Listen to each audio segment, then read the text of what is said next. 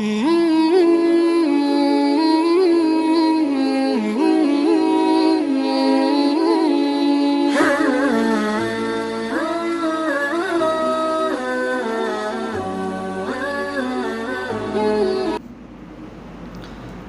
الله مولانا العظيم وصدق رسوله النبي الأمي الكريم ونحن على ذلك لمن الشاهدين والشاكرين والحمد لله رب العالمين الحمد لله আল্লাহ পাকের অশেষ মেহেরবানি। আল্লাহ পাক রব্বুল আলামিন আমাদেরকে জুমার নামাজ আদায় করার জন্য মসজিদে আসার তৌফিক দিয়েছেন। সবাই একবার বলি আলহামদুলিল্লাহ। কোরআনে কারীম থেকে সূরাতুল বাকারা এর মাঝামাঝি থেকে একটি আয়াতে কারিমা তিলাওয়াত করেছি। আল্লাহ পাক রব্বুল আলামিন এই আয়াতের মধ্যে ঈমানদারদেরকে খেতাব করে বলেছেন, যারা ঈমান এনেছে তারা যেন ইসলামের মধ্যে পরিপূর্ণভাবে দাখিল হয়ে যায়। ইসলামের যত শাখা প্রশাখা আছে, ঈমানদাররা যাতে এই সব শাখা প্রশাখাগুলোকে নিজের বাস্তব জীবনে পরিপূর্ণরূপে বাস্তবায়ন করে। ঈমানদারদের ইসলামের মধ্যে দাখিল হতে বলেছেন। এর অর্থ হলো যে ঈমান আনার পরেও ইসলামের বিধিবিধানে অসম্পূর্ণতা থাকতে পারে, তা না হলে ঈমানদারদের ইসলামে প্রবেশ করতে বলবে কেন? তাহলে ঈমান আর ইসলাম এটা শরীয়তের পরিভাষায় এক জিনিস না। আমরা স্বাভাবিকভাবে বুঝি ইসলাম গ্রহণ করলেই তো ঈমানদার হলো। তো ঈমান আর ইসলাম এটা শরীয়ত ভিত্তিক যে পরিভাষা, এর ভিত্তিতে ভিন্ন ভিন্ন দুটি জিনিস। ঈমান এটা হলো কলবের সাথে সম্পৃক্ত একটি বিষয়। ঈমান আন্তরিক ব্যাপার, অন্তরের সাথে সম্পর্কযুক্ত সম্পূর্ণভাবে। আর ইসলাম বলতে যাকে বোঝানো হয় এটা হলো শরীরের বাহ্যিক অঙ্গ প্রত্যঙ্গের সাথে সম্পর্ক। অন্য কথায় ঈমান বলতে বিশ্বাসকে বলে, আর ইসলাম বলতে আমলকে বলে। যত আমল আছে এগুলো শরীরের কোনো না কোনো অঙ্গের সাথে সম্পর্ক রাখে। নামাজ পড়তে অঙ্গ প্রত্যঙ্গ ব্যবহার করতে হয়, রোজা রাখতে শরীরের অঙ্গ ব্যবহার করতে হয়, সারাদিন পেটকে ক্ষুধায় কষ্ট দিতে হয়, হজ করতে শারীরিক পরিশ্রম আছে, পা দিয়ে হাঁটতে হয়, হাত দিয়ে অনেক কাজ করতে হয়, শরীরের সাথে সম্পর্ক। কোরআন তেলাওয়াত করতে জিহ্বা নাড়াচাড়া করতে হয়, ঠোঁট নাড়াচাড়া করতে হয়, শরীরের আরেকটি অঙ্গের সাথে সম্পৃক্ত। পক্ষান্তরে ঈমান যেটা, ঈমান বাহ্যিক কোনো অঙ্গের সাথে সম্পর্কযুক্ত না, বরং এটা দেখা যায় না। এটা এমন একটি অঙ্গের সাথে সম্পৃক্ত যে অঙ্গটা শরীরের বহির্বিভাগে নাই, এটা শরীরের একেবারেই মাঝখানে সম্পূর্ণ গোপন থাকে, এটা দেখা যায় না। এটা একমাত্র সেই বুঝতে পারে আর আল্লাহ বুঝতে পারে। এছাড়া তার অন্য কেহ তার ঈমানের অবস্থান সম্পর্কে বুঝতে পারে না। এটা কলবের সাথে সম্পর্ক রাখে। সেজন্য এই আয়াতের মধ্যে বলা হয়েছে যারা ঈমানদার, যাদের ঈমান আছে তারা যেন ইসলামের মধ্যে দাখিল হয়। অর্থাৎ যারা ঈমানদার তারা ইসলাম নামক এই যে ইসলাম নামক যে বিষয় আছে এর মধ্যে যত আমল আখলাক আছে এই সবগুলোই যাতে তারা বাস্তবায়ন করে।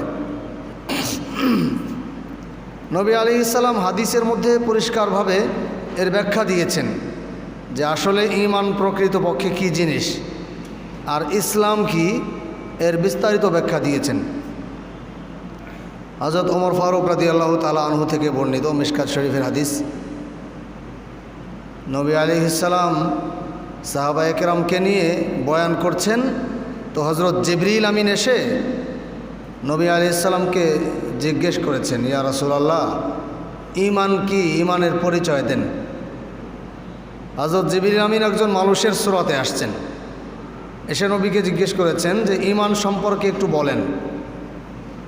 আল্লাহ পাকের উদ্দেশ্য হলো হজরত জিবরিল আমিনকে পাঠিয়ে নবী আলাইহিস সালামকে ঈমান সম্পর্কে জিজ্ঞেস করবে, ইসলাম কি জিনিস এ সম্পর্কে জিজ্ঞেস করবেন, আর নবী আলাইহিস সালাম সাহাবীদের সামনে উত্তর দিবেন। এর মাধ্যমে ঈমানের বিবরণ সাহাবায়ে কেরাম শিখে যাবে। এর মাধ্যমে ইসলাম এর বিস্তারিত ব্যাখ্যা সাহাবায়ে কেরাম জেনে যাবেন। এটা আল্লাহ পাকের মাকসাদ। সে উদ্দেশ্যে আল্লাহ পাক জিবরিল আমিনকে পাঠিয়েছেন। হযরত জিবরিল আমিন নবী আলাইহিস সালামের কাছে এসে বলছেন, ইয়া মুহাম্মদ আখবিরনি আনিল ঈমান। হে আল্লাহ রসুল সাল্লাল্লাহু আলাইহি ওয়াসাল্লাম, ঈমান সম্পর্কে একটু বলুন। আখবিরনি আনিল ঈমান, ঈমান কি, এর ব্যাখ্যা কি, ঈমান বলতে কি বোঝায় এ সম্পর্কে বিস্তারিত বলুন। নবী আলাইহিস সালাম জবাব দিয়েছেন, আল ঈমান আন তুমিনা বিল্লাহ ওয়া মালাইকাতিহি ওয়া কুতুবিহি ওয়া রুসুলিহি ওয়া তুমিনা বিল কদরি খাইরিহি ওয়া শাররিহি মিনাল্লাহি তাআলা ওয়াল বা'সি বা'দাল মাউত। এখানে 6টি বিষয় আছে এই হাদিসের মধ্যে। এ 6টিকে ঈমানে মুফাসসাল আকারে 6টির একটিকে ভেঙ্গে 2টি করে 7টা বিষয় বলা হয়েছে। 2টিকে এক করেও বলা যায় অথবা আলাদা আলাদা করেও বলা যায়। এটা অনেক মানুষেরই মুখস্থ আছে ঈমানে মুফাসসাল। ইমামের মুফাসসাল সরাসরি এটা হাদিস নয়, হাদিস হলো এই অংশ। এটাকে সহজে বোঝার জন্য ঈমানে মুফাসসাল আকারে একটু ভেঙ্গে মানুষকে শেখানো হয়েছে। এটা মুহাদ্দিসিনে কেরাম এইভাবে বানিয়েছেন। মূল হাদিস হলো আমি যতটুকু পড়লাম এটুকু মিশকাত শরীফের মধ্যে আছে। তো এখানে 6টি বিষয় আছে জরুরি। এই 6টি বিষয় মনে প্রাণে বিশ্বাস রাখা, এর নাম হলো ঈমান। 1 নম্বরে বলা হয়েছে আন তুমিনা বিল্লাহ, আল্লাহর প্রতি ঈমান রাখা, আল্লাহর প্রতি বিশ্বাস রাখা। ঈমানের 1 নম্বর স্তর অন্তরে আল্লাহকে বিশ্বাস করা। অন্তর দিয়ে আমার অন্তরে আল্লাহর প্রতি কতটুকু বিশ্বাস আছে এটা কি দেখা যায়? এটা অন্য কেউ বুঝতে পারবে না, এটা আমি বুঝতে পারবো এবং আল্লাহ বুঝতে পারবে। আপনার অন্তরে আল্লাহর প্রতি কেমন আকীদা আছে এটা আপনিই বুঝবেন আর আল্লাহই বুঝবে, অন্য কেউ বুঝতে পারবে না।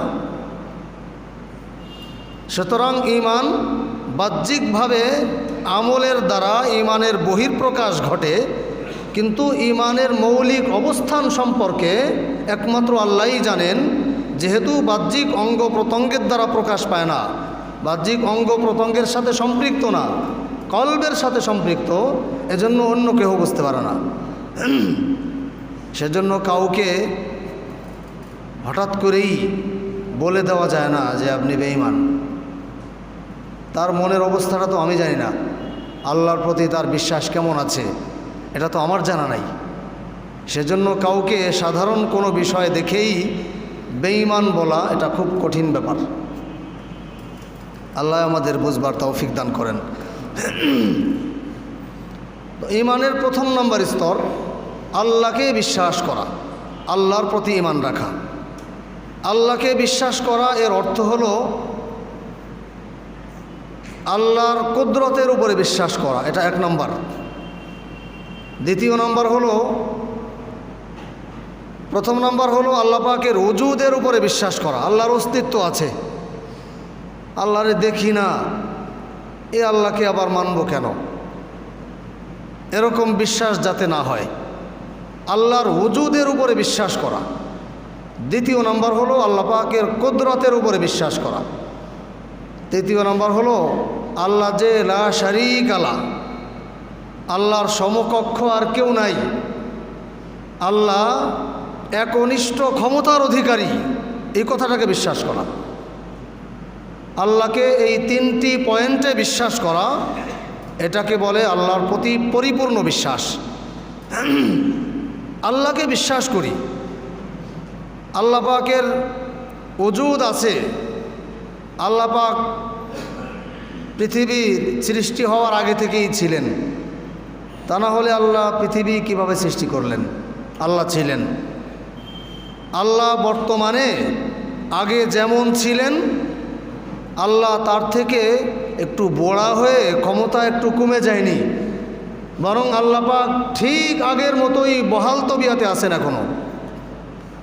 আল্লাহ পাক সব সময়, ভবিষ্যতে, আগামীকাল, তারপরের দিনকাল, তারপরের দিনকাল, এভাবে করে আল্লাহ ভবিষ্যতে যত ভবিষ্যৎ হতে পারে, ভবিষ্যতের দূরত্ব যত দিন হতে পারে, এর সীমানা কোথায় গিয়ে ঠেকেছে এটা আমরা কেউ জানি না। সেই পর্যন্ত আল্লাহ পাক বহাল তবিয়তে থাকবেন। তাহলে এটা হলো আল্লাহর ওজুদ, যে আল্লাহ পূর্বেও যেমন ছিলেন, আল্লাহ এখনও তেমনই আছেন। আল্লাহ ঠিক ভবিষ্যতে যতদিন হতে পারে আল্লাহ তেমনই থাকবেন। আল্লাহর কোনো পরিবর্তন নেই, আল্লাহর শক্তির মধ্যে কোনো কমতি নেই, তেমনই আল্লাহ থাকবেন।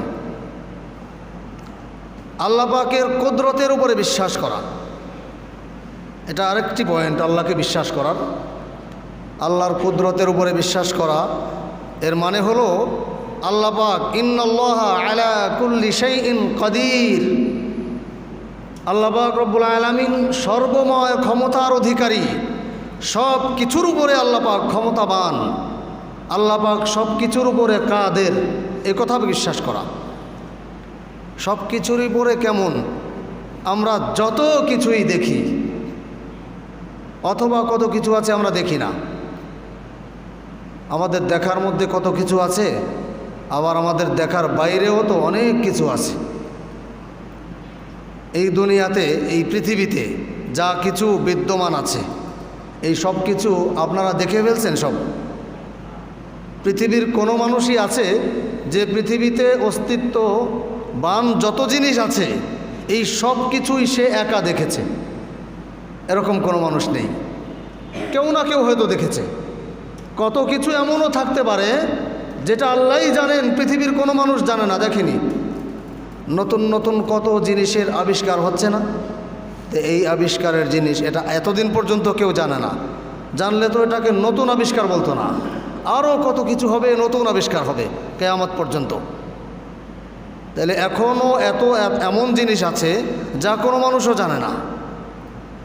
সুতরাং আমরা যা দেখি বা শুনি আর না দেখি আর না শুনি, এই সব কিছুই সৃষ্টি করেছেন কে?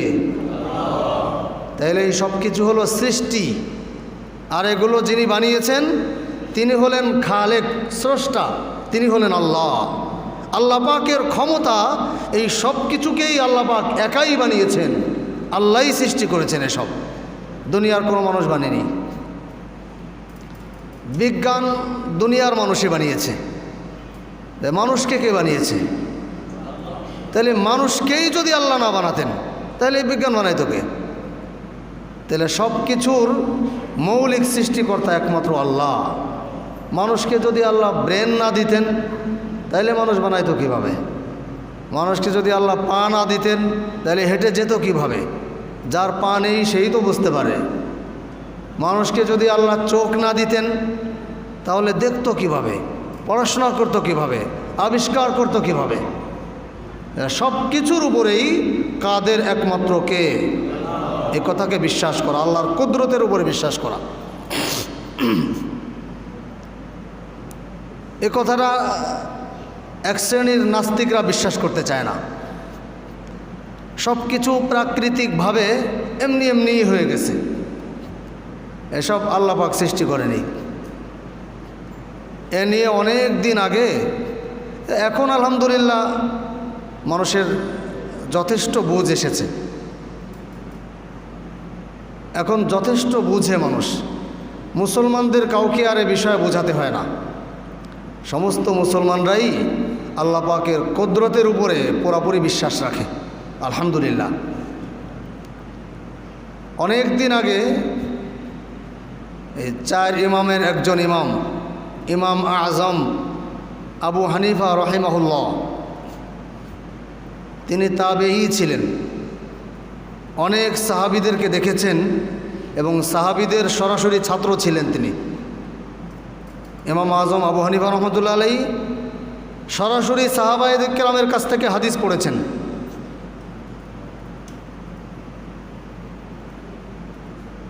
নাস্তিকদের সাথে একবার বিশাল বাহাস হবে। বাহাস মানে হলো যুক্তিতর্ক। নাস্তিকদের দাবি হলো এই পৃথিবী এটা প্রাকৃতিকভাবে এমনি এমনি হয়ে গেছে, এর বিশেষ কোনো স্রষ্টা নাই, এটা এমনি এমনি প্রথম দিনে একটু হয়েছে, তারপরে আর একটু হয়েছে, তারপরে আর একটু, এরপরে একটা গাছ হলো, ওই গাছের ফল থেকে আবার গাছ হয়েছে, এইভাবে হয়েছে। প্রথম গাছ কীভাবে হলো? এই প্রথম গাছ পর্যন্ত গিয়ে ঠেকে যায়, এরপরে আর সামনে যায় না। প্রথম গাছটা কোন ফল থেকে হলো? ওটা এমনি হয়েছে, ওখানে আর কোনো যুক্তি মুক্তি নাই। তাহলে মুসলমানদের সাথে এ ব্যাপারে একটা বিরাট বাহাস হবে। বড় একটা স্টেডিয়ামের মধ্যে দিন তারিখ নির্ধারণ হলো, মুসলমানদের পক্ষে বাহাস করবে, যুক্তিতর্ক করবেন ইমাম আবু হানিফা রহিমাহুল্লাহ। অল্প বয়সের যুবক ছেলে, বুদ্ধি ব্রেন খুব বেশি, মাথায় খুব বুদ্ধি।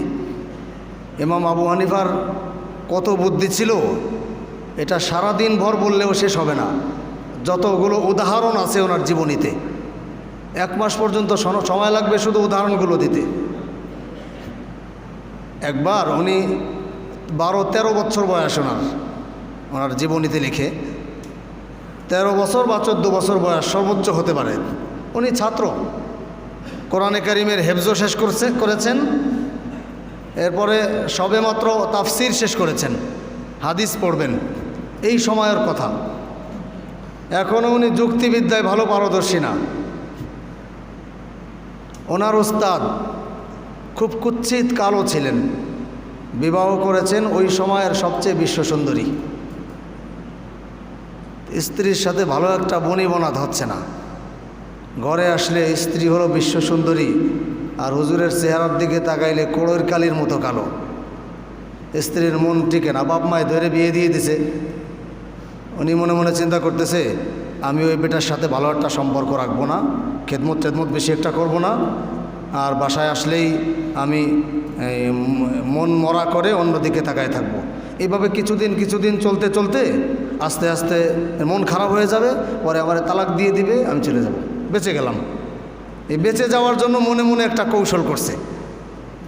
মেয়ে তার তো আর তালাক দেওয়ার ক্ষমতা নাই, সেজন্য ওনার পক্ষ থেকে যাতে তালাক দেয় সেজন্য আমি মনে মনে এই কৌশল করব, ওনার আমি ভালোবাসবো না বেশি একটা।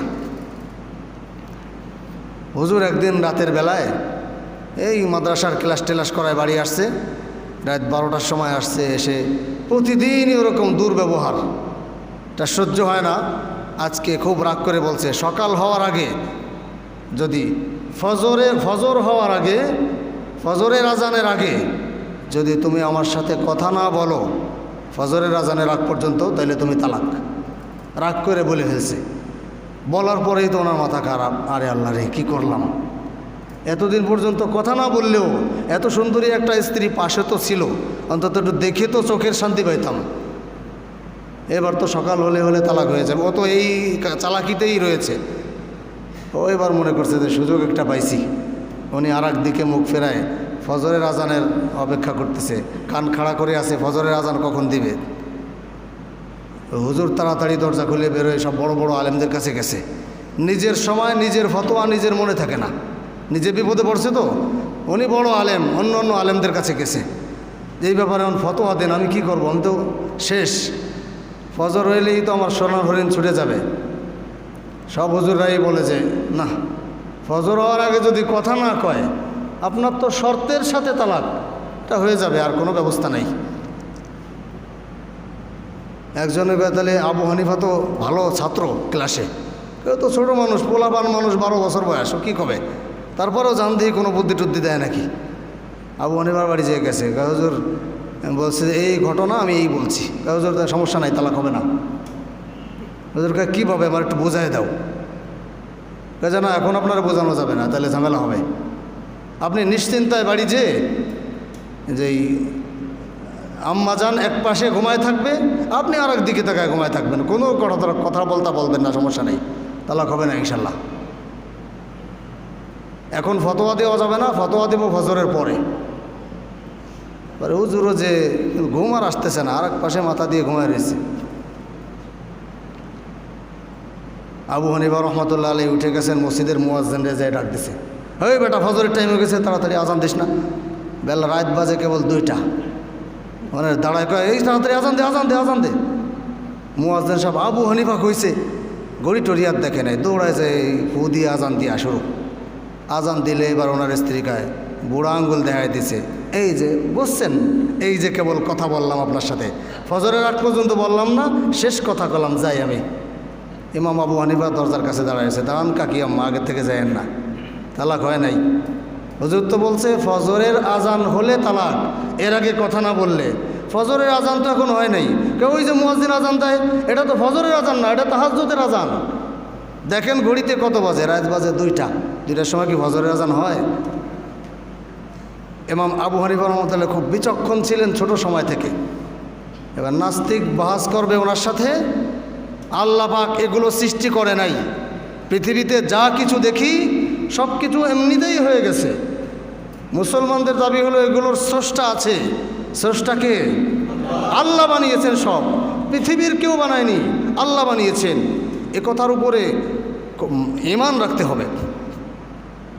এবার বাহাজে হাজির হয়ে গেছে সবাই নির্দিষ্ট তারিখে, সময় হওয়ার 20 মিনিট বেশি হয়ে গেছে। আবু হানিফা আর আসে না, 2 ঘন্টা বেশি হয়ে যায়। আবু হানিফা 2 ঘন্টা পরে আসছে। মজলিস ভাঙ্গা প্রায় সময় হয়ে গেছে। এবার ওই নাস্তিকদের মধ্যে যে পণ্ডিত ছিল, ও কইছে আবু হানিফার সাথে আর কোনো বাহাস হবে না, সময় মতো আসে নাই, ও তো পারবে না, এই জন্যই আসে নাই। আবু হানিফা রহমতুল্লাহ এসে বলছে, আপনারা একটু দাঁড়ান, আমি যে কি কারণে দেরি করছি কারণটা একটু শোনেন। যদি আমার আসলে কারণটা যুক্তিসঙ্গত হয় তাহলে আপনারা মানবেন, আর অযৌক্তিকভাবে এমনিতেই আমি দেরি করি তাইলে আপনারা আমার কথা শুনবেন না। ঠিক আছে, তাইলে বলো। উনি বলছে, আমি বাড়ি থেকে আসার সময় একটা নদী আছে, নদী পার হইতে, আপনারা সবাই জানেন আমার বাড়ি নদীর ওই পারে। নদীর কূলে আসলাম, দেখলাম যে কোনো নৌকা টোকা নাই, বড় নদী, এই উত্তাল পানি, এর মধ্যে আমি কেমনে পার হব? নৌকা টোকা আজকে ছিল না। কিছুক্ষণ পর আমার মন খারাপ, টাইম হয়ে যাচ্ছে, দাঁড়ায় রয়েছি, দেখি যে এই নদীর মাঝখানে গাছ হয়ে গেল একটা, এমনি কোনো লোকজন নাই, বিরাট বড় একটা গাছ। আবার কিছুক্ষণ পরে দেখলাম এই গাছটা কাটা হয়ে যাচ্ছে, ডালপালা ছাটা হয়ে গেল, তারপরে গাছ গোড়ার থেকে কে যেন কেটে দিল, কোনো লোকজন নাই। আবার কিছুক্ষণ পরে দেখি 20 মিনিট 25 মিনিট দাঁড়ায় থাকলাম, দেখলাম যে এই গাছটা মিলে যেভাবে সাইজ করা কাঠ হয় ওরকম ফাড়া হয়ে কাঠ হতে লাগলো। আবার কিছুক্ষণ পরে দেখি কাঠগুলো একটা অপরটার সাথে এমনিতেই মিলে যেতে লাগলো, মিলে অবিকল একটা নূহ নবীর কিস্তি কেমন যেন, সুবহানাল্লাহ, একটা নৌকা হয়ে গেল। এটা দেখলাম আমি। কিছুক্ষণ পরে দেখি নৌকাটা আমার দিকে আসতেছে। আমিও খুব খুশি যে নৌকা আসলে তো পার হইতে পারবো। আমি নৌকার মধ্যে উঠে গেলাম, উঠে দেখলাম আমি একা পার হব, এটা হলো আমার ইচ্ছা ছিল। কিন্তু দেখলাম যে নৌকাটা অটোমেটিক, আমি ওঠার সাথেই বিদ্যুৎ গতিতে আমাকে ওপারে পার করে দিল। এই যে ঘটনাগুলো ঘটছে, প্রথমে একটা গাছ হয়েছে, তারপরে গাছগুলো কাটা হয়ে গেছে, তারপরে আবার কাঠ হয়েছে, সেই কাঠগুলো মিলে নৌকা হয়েছে, আবার নৌকাটা আমার কাছে আসছে, আমার কাছে আসার পরে আমাকে নিয়ে এই পারে পার করে দিছে। এতগুলো ঘটনা ঘটলো অলৌকিকভাবে, তা একটু সময় তো লাগে, 2 ঘন্টা সময় তো কমপক্ষে লাগে, এই আর কি 2 ঘন্টা সময় বেশি হয়েছে। নাস্তিক পাদ্রী কয়তে এই সুযোগে তো আবু হানিফারে ঠগানোর সবচেয়ে বড় চান্স। ওবার দাঁড়ায় মাইকটা নিয়ে কয়, দেখছেন আপনারা শুনছেন আবু হানিফার কথা, এত বড় গাঁজাখড়ি মিথ্যা কথা যে বলতে পারে, এর সাথে কি কোনো বাহাস চলে? আপনারাই বলেন। সবাই কয় যে না, এত বড় গাঁজাখড়ি মিথ্যা কথা যে কয়, একটা গাছ অটোমেটিক হয়ে গেল, আবার কোনো লোকজন ছাড়া ফাড়া হয়ে নদীর মধ্যে ওনারে কাঠ বানায় নৌকা টোকা দিয়ে অটোমেটিক ওনারে পার করে দিল, এটা 100% মিথ্যা কথা। আবু হানিফা রহমতুল্লাহ লেখা আর বহস টহস লাগবে না, আমার সাথে বহস হয়ে গেছে। একটা গাছ নদীর মধ্যে একা একা হয়ে যাবে, এটা অসম্ভব, আসলেও অসম্ভব। সেই গাছটা একা একা কাটা হয়ে ফাড়া হয়ে যাবে, এটা আপনাদের কাছে যেমন অসম্ভব, আমার কাছেও এটা ঠিকই অসম্ভব। সেই গাছটা কাঠ হয়ে নৌকা হয়ে আমাকে অটোমেটিক পার করে দিবে, কোনো লোকজনের সাহায্য লাগবে না, কোনো কারিগর মিস্ত্রি কোনো মাঝি কিছুই লাগবে না। এটা আপনাদের কাছে যেমন অসম্ভব, ঠিক আমার কাছেও অসম্ভব। কিন্তু আপনাদের কাছে প্রশ্ন রাখতে চাই, একটা গাছ আর একটা নৌকার ঘটনা, এটা যদি আপনাদের কাছে এত অসম্ভব হয়, কোনো কারিগর লোকজন মিস্ত্রি আর মাঝি ছাড়া সম্ভব না হয়, তাইলে লক্ষ লক্ষ কোটি কোটি কোটি কোটি গাছপালা তরলতা এই পৃথিবীতে কত কিছুই আছে, এগুলো এমনি হয়েছে, এগুলোর কোনো স্রষ্টা নাই। এবার সবাই নিশ্চুপ হয়ে গেছে। যদি এগুলোর কোনো স্রষ্টা থেকে থাকেন, তিনি আর কেউ নন, তিনি হলেন আল্লাহ, আমাদের আল্লাহ। এটা হলো আল্লাহর কুদরত। ওই মুহূর্তে ওই মজলিসে যারা ছিলেন, ইতিহাসে লিখেন সব ইমাম আবু হানিফার কাছে কালিমা পড়ে মুসলমান হয়ে গেছে। তাহলে আল্লাহর কুদরতের উপরে বিশ্বাস করা, আল্লাহর ওজুদের উপরে বিশ্বাস করা, আল্লাহ পাকের কুদরতের উপরে বিশ্বাস করা, এই বিশ্বাস যখন আমাদের অন্তরে পরিপূর্ণ হবে, তখন আমরা নিজেদেরকে ইমানদার বলতে পারব। আল্লাহ আমাদের পরিপূর্ণ বিশ্বাস রাখার তৌফিক দান করেন। ওয়া আখিরু দাওয়ানা আলহামদুলিল্লাহি রাব্বিল আলামিন।